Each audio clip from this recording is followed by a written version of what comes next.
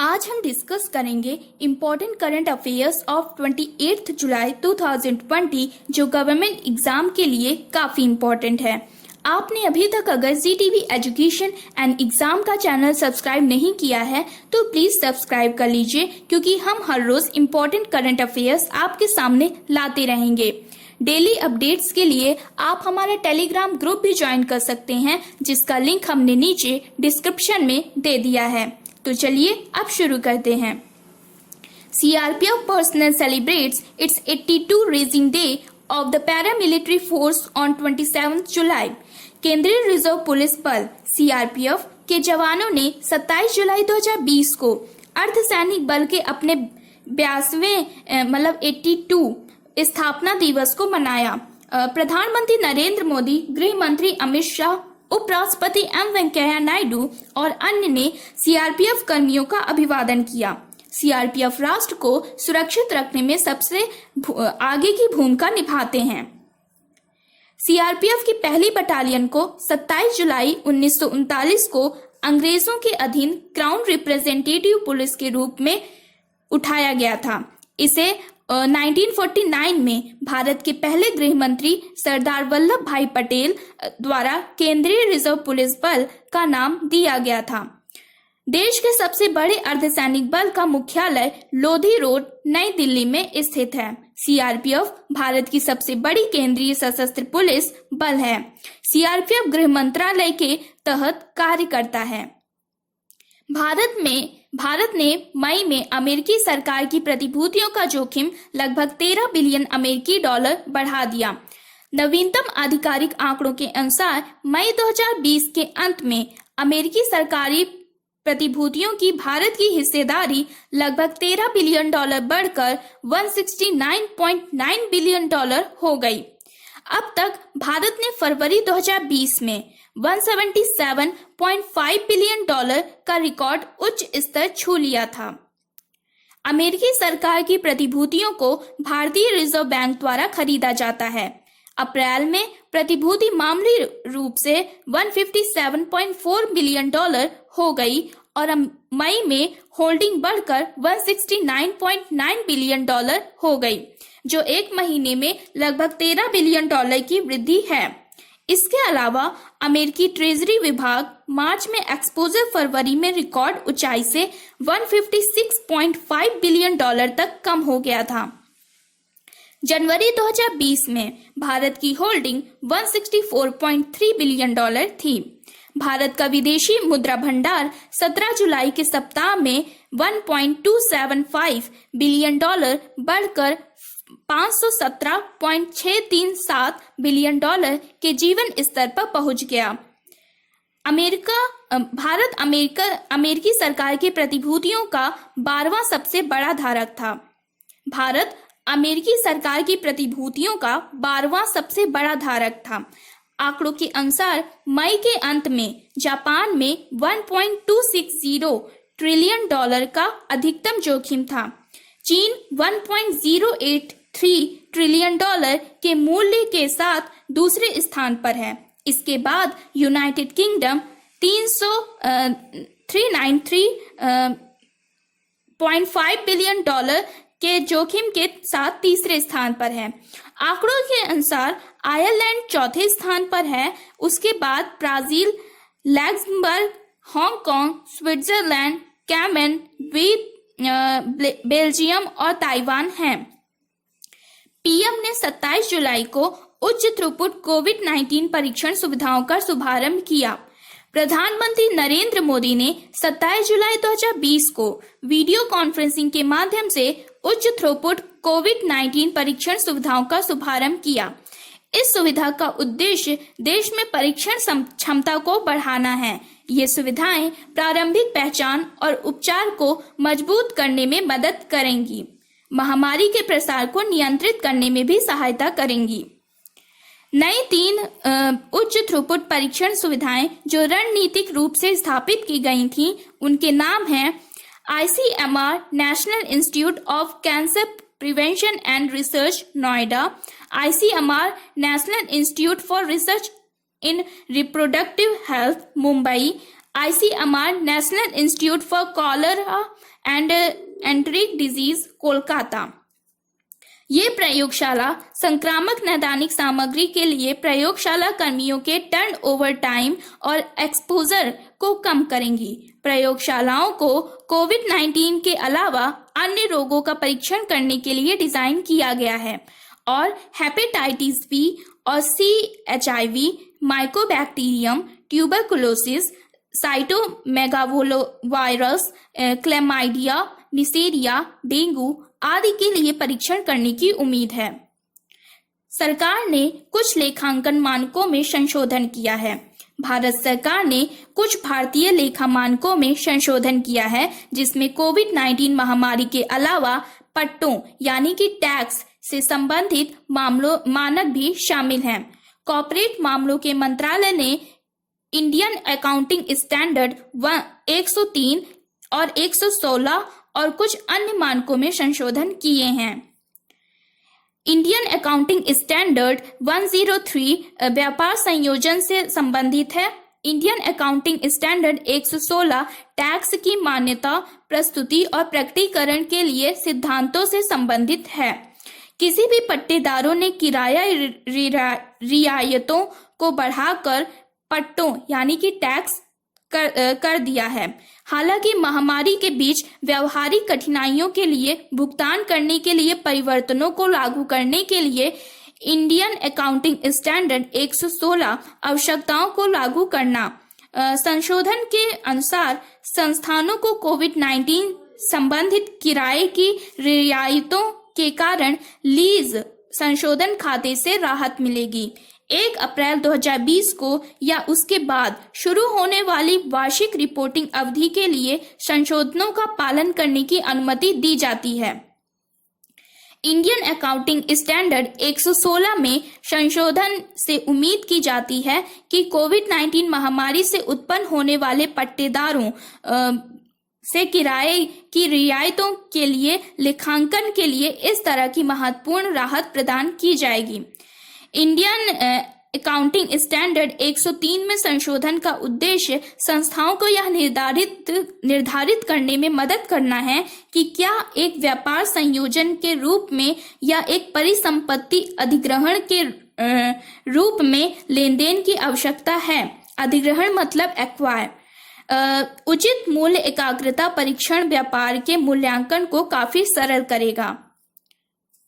अगले 5 वर्षों के लिए वैज्ञानिक और तकनीकी सहयोग पर भारत यूरोपीय संघ समझौता 2020 से 2025।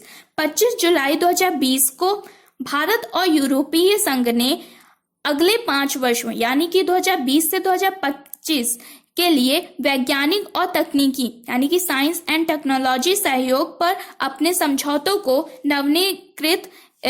नवीनीकृत करने के लिए नोट वर्बल का आदान प्रदान किया, जो 17 मई 2020 को समाप्त हो गया था।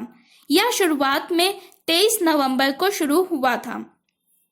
2001 और 2007 के अतीत और 2015 में 2 बार नवीनीकृत। यह नवीनीकरण आभासी 15वें भारत यूरोपीय संघ शिखर सम्मेलन के दौरान दोनों देशों द्वारा लिए गए निर्णय की तर्ज पर है, जिसका नेतृत्व भारत की ओर से प्रधानमंत्री नरेंद्र मोदी ने किया था।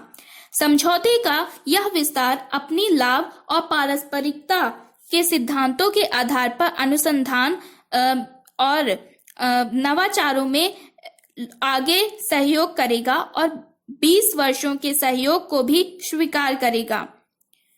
पिछले 5 वर्षों में 83वें संयुक्त अनुसंधान परियोजनाओं को लागू किया गया है, जिसके परिणाम स्वरूप लगभग 200 संयुक्त शोध प्रकाशन और कुछ पेटेंट दाखिल किए गए हैं। इस अवधि में शोधकर्ताओं और छात्रों के 500 विनिमय दौरे भी हुए हैं।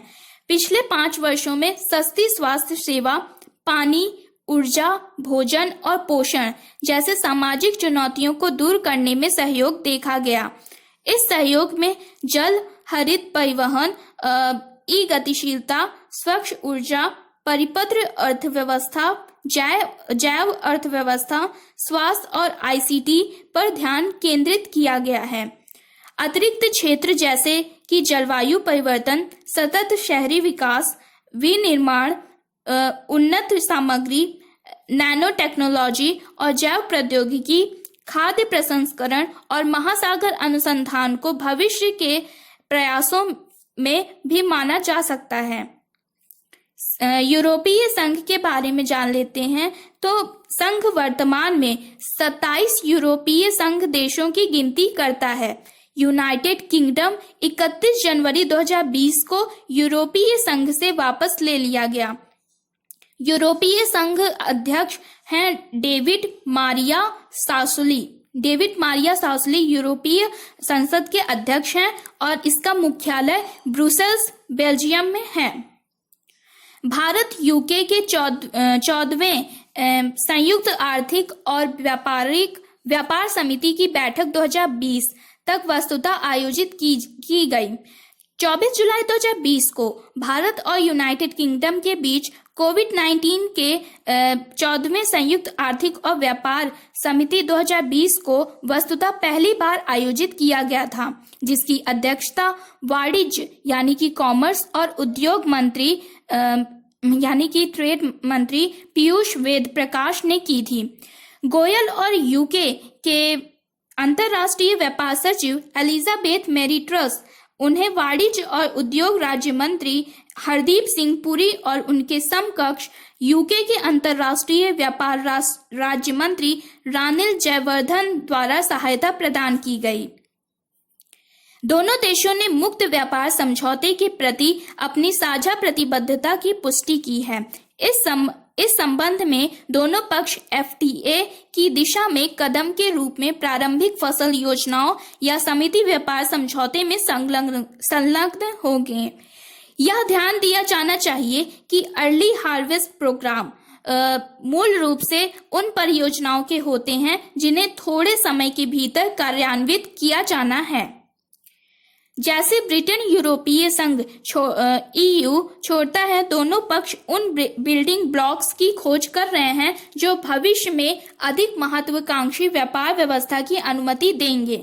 दोनों पक्षों ने 5 प्रमुख क्षेत्रों की पहचान की है: खाद्य और पेय, सूचना संचार प्रौद्योगिकी, जीवन विज्ञान और सेवाएं, और रसायन व्यापार के लिए गैर टैरिफ बाधाओं को दूर करने के लिए।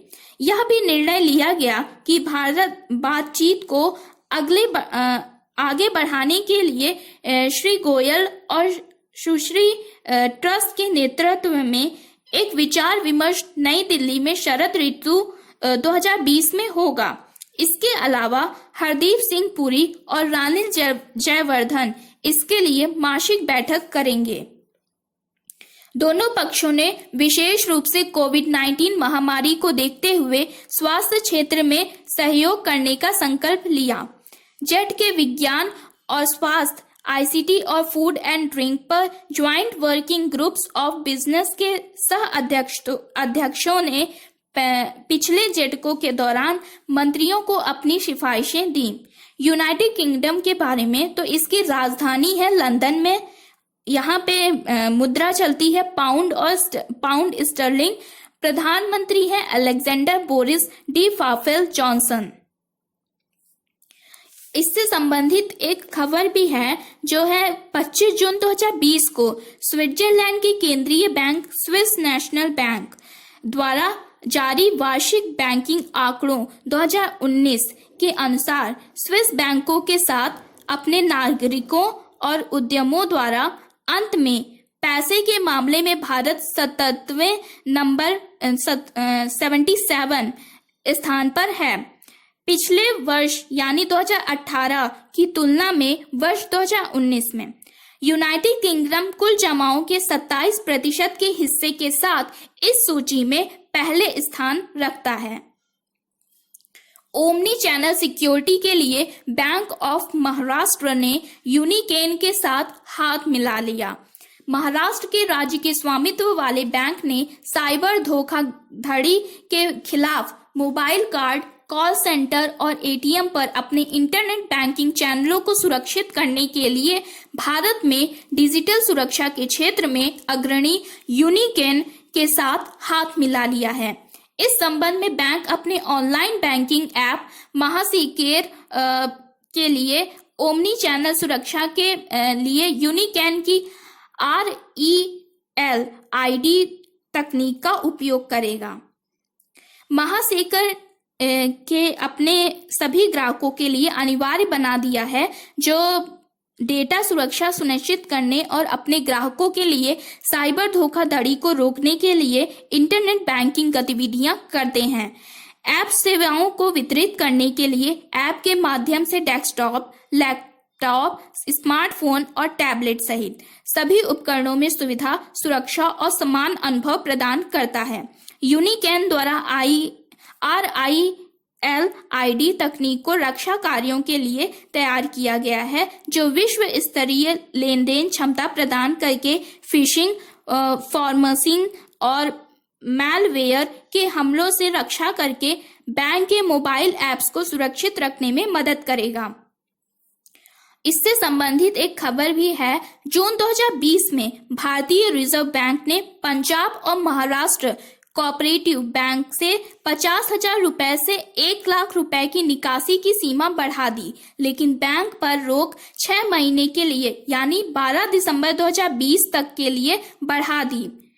PMC द्वारा 35A PMC धारा 35A की उपधारा 1 के तहत सभी समावेशी दिशा निर्देशों के तहत है। 23 सितंबर 2019 से बैंकिंग विनिमय अधिनियम 1939 की धारा 56 के साथ पढ़ा गया।